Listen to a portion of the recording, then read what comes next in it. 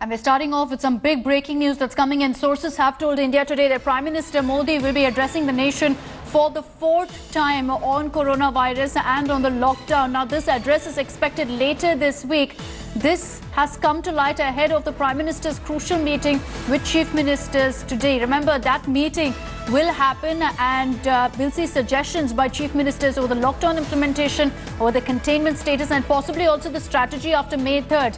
The chief ministers will also brief the Prime Minister on the ground reality, and later this week, sources telling us that the Prime Minister will be addressing the nation, perhaps giving us a sense of what we can expect post May 3rd. Rahul Srivastava is joining us with more details on this. Rahul, this was expected that the Prime Minister would hold an address before May 3rd to really tell the nation what his government plans. Akshita, when we were speaking earlier in the earlier bulletin, I had mentioned that given the kind of picture which is emerging, given that there is still what is being called a speck of light as far as the dark tunnel is concerned, that the cases are still coming, the rate is pretty high, the number of deaths recorded is being pretty high. The Prime Minister has all the ICMR and other medical studies and the statistics and the surveillance reports coming in. Now, what the Prime Minister's decision will depend on that closer to the end of the deadline on May 3rd, where the Prime Minister will assess the picture and weigh it with the demands of the various states. Now, there are some states which are better in terms of having contained the virus, or also their infrastructure on the ground in terms of health is much better than compared to others. And that is why no one-size-fits-all kind of a solution is expected, and the Prime Minister may address the nation or at least announce what next as far as the lockdown is concerned closer to May 3rd. Now, if we look at the ground realities, one thing is being clearly very indicated by the government is that the restrictions are not going to disappear.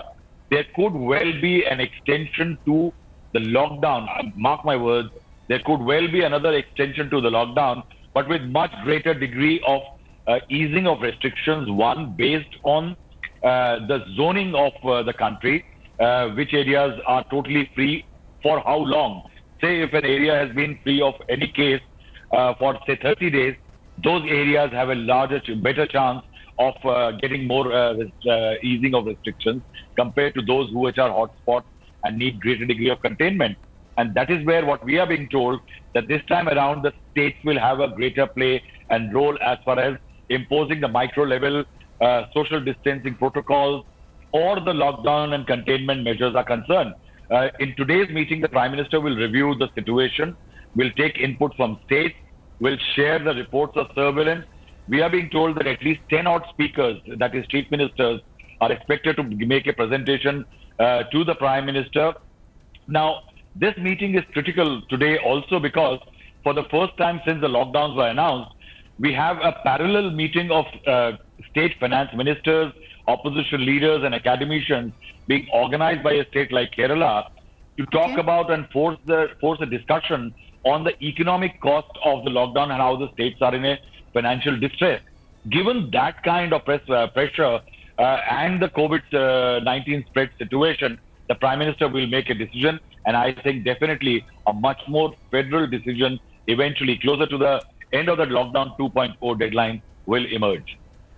And it will be important to really, at this point, track what happens in that meeting because, Rahul, one of the options perhaps before the government is to ease the lockdown, but in some places which have been deemed hotspots or where we're seeing a number of coronavirus cases, those places will continue to see the kind of lockdown that we're seeing today. And that is where perhaps state governments also will play an important role. Yes, Akshita, that's exactly the point. Say, for example, Noida, for example, this has become a problem zone for the state government of Uttar Pradesh, and that is where lies the catch.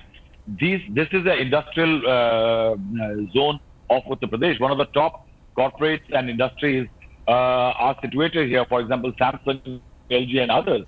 In that scenario, how does the UP government, central government go ahead? It will have to depend on the state government, and the state government itself may not like to ease the restrictions. Many states, in fact, have already extended their lockdown way beyond May 3 deadline announced by the center, which means that the states are also assessing the situation on the ground and they may individually take their own decisions. I think what is being called a kind of a national risk assessment index is likely to be generated through all these feedback, and based on that, micro-zoning and micro-management will be happening. Okay, Rahul, for the moment, thank you for joining us. It's past 10, so we're going to assume that the meeting has begun, and we'll await the pictures of the Prime Minister's video conference with state chief ministers. We're being told several state chief ministers will also get a chance to speak, interact and put forth their opinion to the Prime Minister.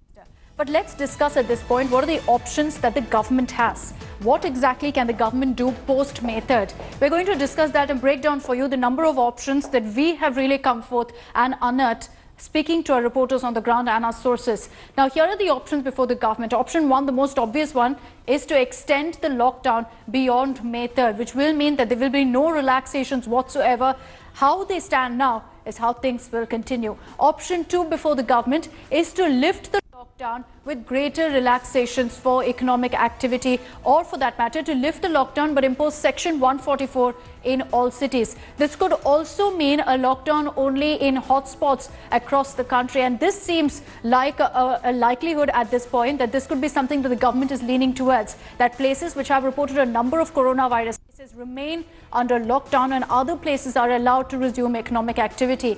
The third option before the government is to allow the phased lifting of lockdown, and here's where states will also play a very important role, because state governments will be allowed and given the discretion to choose exactly which stage of lockdown will be in which part of the state. Let's take us across to our reporters on the ground. Nolan Pinto joining us live from Bengaluru. We also have Ashutosh Mishra, who is tracking all the updates coming in from Delhi. Ashutosh, to you first. We are going to assume that the meeting is on. It's past 10. It's a video conferencing where all state chief ministers are going to be there. And that's why the focus this morning is on what state governments are thinking, what their strategy is, and whether they're for an extension of the lockdown. What are you picking up on the Delhi government stand at this point? So, well, as far as this video conferencing with Prime Minister and Chief Minister is concerned, the agenda of the meeting has already been decided, which is already, circulating, that what are the topics that Prime Minister is going to speak to the Chief Ministers of states and UTs. So, clearly that agenda, since already been decided, we'll have to see whether during this preparation stock meeting that is being taken by the Prime Minister, where all the Chief Ministers will give details of their further plan of action, what to be done post 3rd May, and what what is the situation at the moment in their respective states.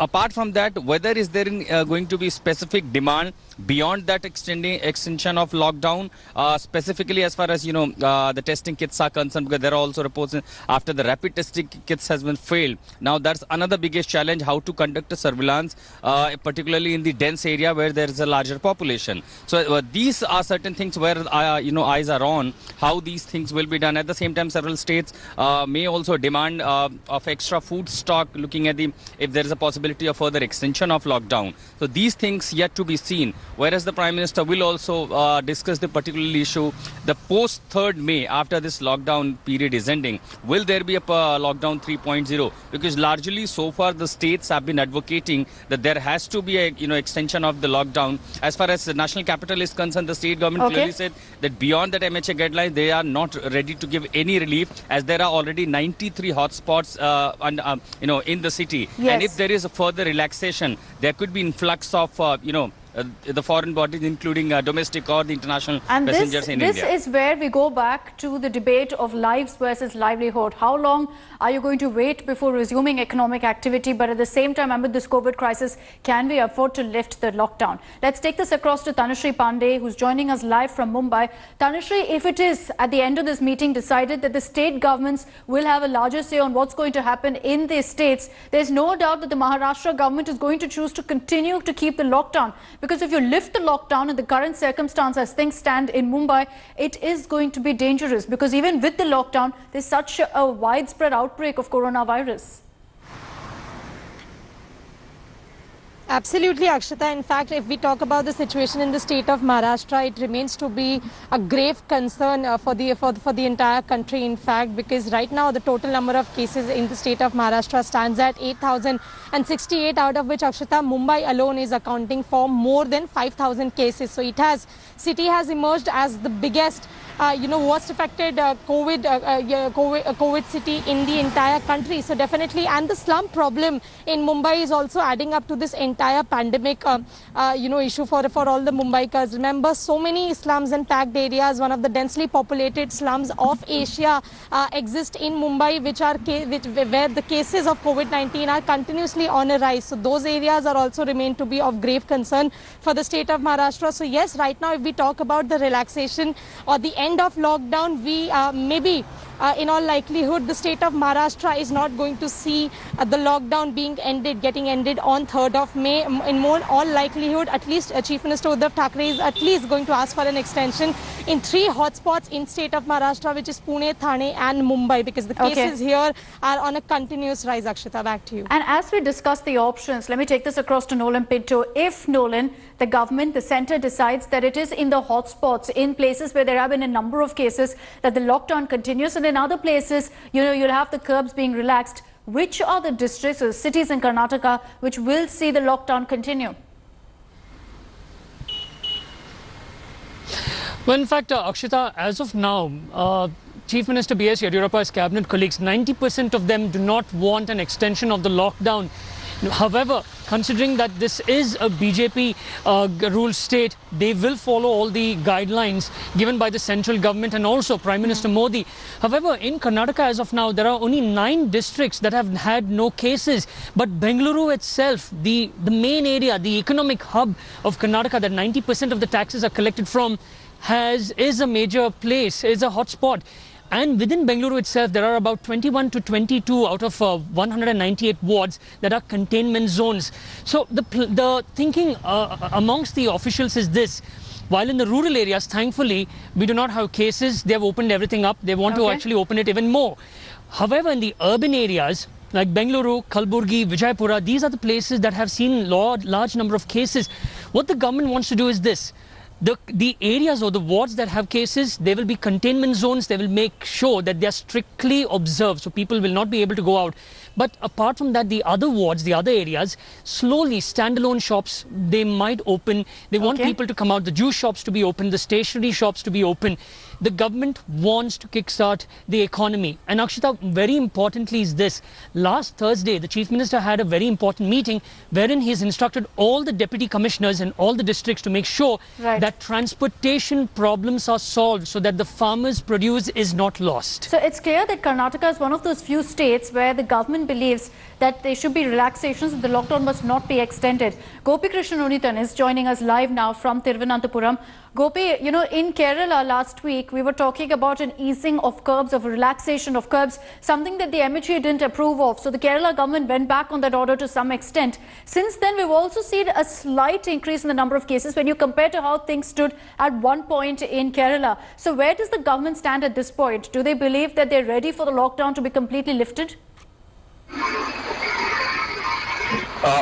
Well, Akshita, the government seems to be taking a very cautious approach, but because as compared to Karnataka, the Kerala government has now decided that they will give prime focus to the health and the people of this state, because economy comes second is what the government is actually thinking at the moment, because they do not have much options at their disposal. Because if you look comparing the situation of Kerala with the last 2 weeks, we had a situation where the numbers were steadily coming down, the number of active patients were dipping, and we were also discussing about the phenomenon of venting curve as far as active cases were concerned. Yes. But over the last 7 days, we have seen a different trend, because we have started seeing that the numbers are again coming back to the double figures. We are having 10 patients a day, 12 patients a day, 13 patients a day. And also, though the recoveries are also happening at a very good pace on the other side, these new cases are causing a huge concern for the state government. That is why now they are expediting options of completely shutting down districts where they have received new cases. And also remember, at least half of the state is actually sharing direct borders with either Karnataka or Tamil Nadu. And considering the fact that there are more cases being reported in Tamil Nadu, many of them in the neighboring districts, state is not really keen on opening its borders and opening the whole of the state completely for a free travel. They just want to maintain more caution at the moment, is what we have been told. However, there are certain areas where there aren't much cases reported over the last 2 weeks or so. So in those areas, at least some of the shops will be allowed to open from today. We will certainly have to wait and watch on how this is going to happen over this day. Okay, Gopi, thank you for joining us with all those details. Thanks to Nolan Pinto, Tanushree Pandey and Ashutosh also for getting us all the latest. Hello everyone, this is Rahul Kamal here. Hope you enjoyed this video. For the latest news and analysis, like and subscribe the India Today YouTube channel and don't forget to press the bell icon to stay updated.